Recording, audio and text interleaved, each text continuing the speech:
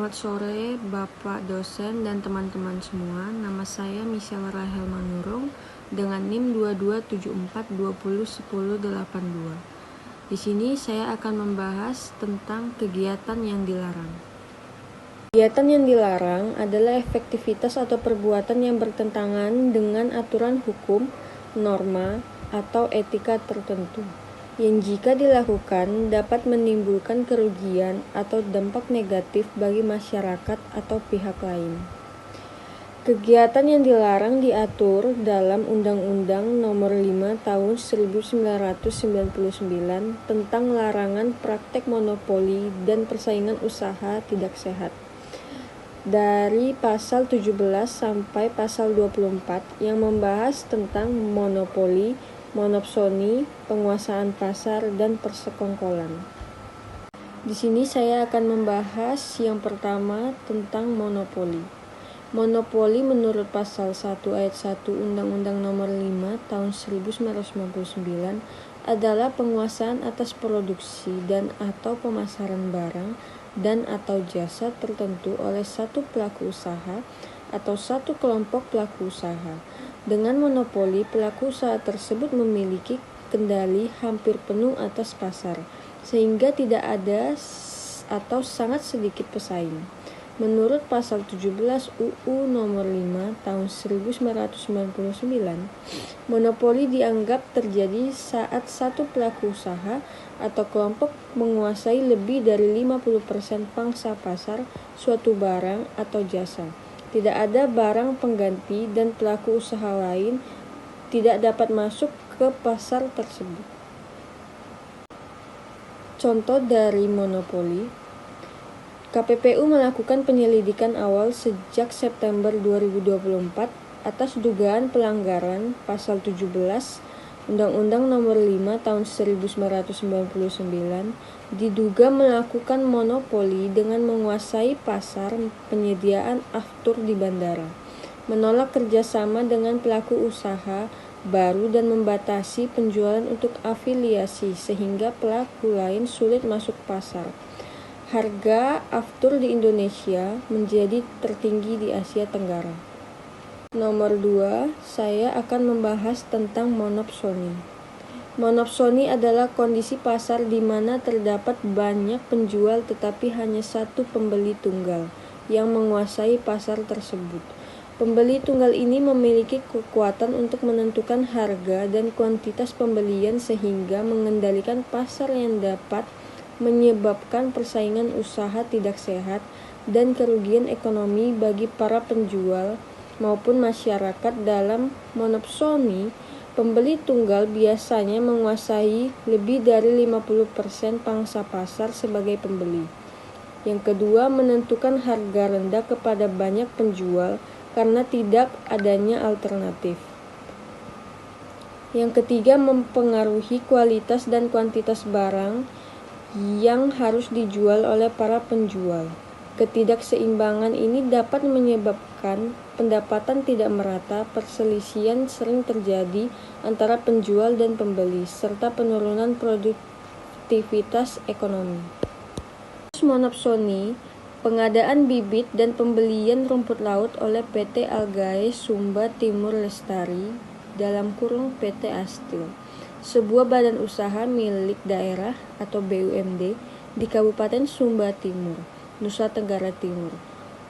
PT Astil diduga menjadi pembeli tunggal atau monopsoni rumput laut petani dan mewajibkan petani hanya menjual rumput laut kepada perusahaan tersebut melalui klausul dalam perjanjian.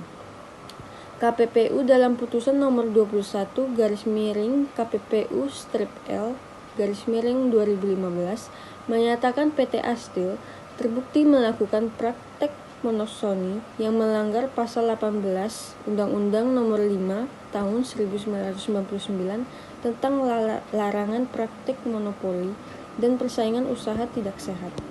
3. Saya akan membahas tentang penguasaan pasar.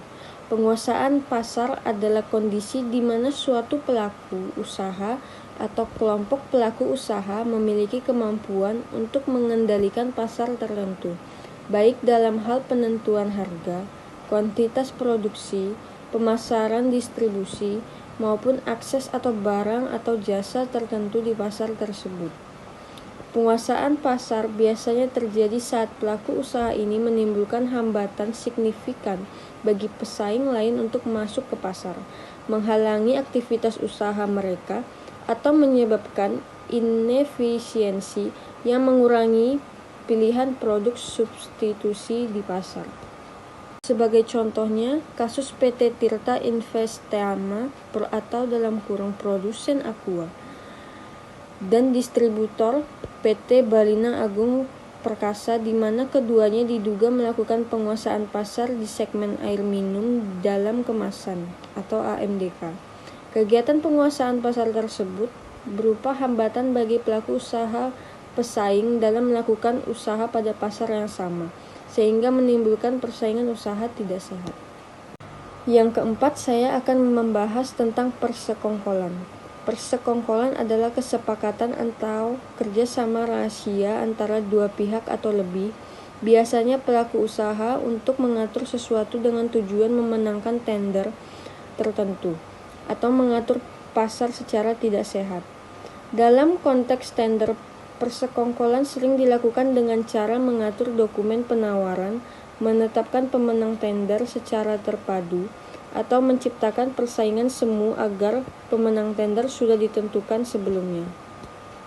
Unsur-unsur persekongkolan tender menurut KPPU antara lain: yang pertama, adanya kerjasama antara dua pihak atau lebih. Yang kedua, dilakukan secara terang-terangan atau diam-diam. Yang ketiga, penyesuaian dokumen tender di antara peserta. Yang keempat, membandingkan dokumen sebelum penyerahan. Dan yang kelima, menciptakan persaingan semu agar pemenang tender tertentu menang. Salah satu contoh dari persekongkolan yaitu proyek tender pembangunan pipa air bersih di Kabupaten Penajam Pasir Utara atau PPU, Kalimantan Timur. KPPU menemukan indikasi persekongkolan antara 3 perusahaan yang ternyata dimiliki satu orang. Mereka mengaku bekerja sama untuk memenangkan tender tersebut senilai 45 miliar rupiah, sehingga praktik ini merugikan kompetisi yang tidak sehat. Dan kesimpulannya, tujuan dari pelarangan kegiatan-kegiatan tersebut adalah untuk menjaga persaingan usaha yang sehat, melindungi konsumen, menjaga efisiensi pasar, dan mencegah praktik yang merugikan kepentingan umum. Semua pelaku usaha yang melakukan kegiatan tersebut dapat dikenai sanksi oleh Komisi Pengawasan Persaingan Usaha atau KPPU berupa denda, pembatalan perjanjian, larangan mengikuti tender atau kegiatan usaha tertentu, hingga sanksi pidana sesuai ketentuan perundang-undangan.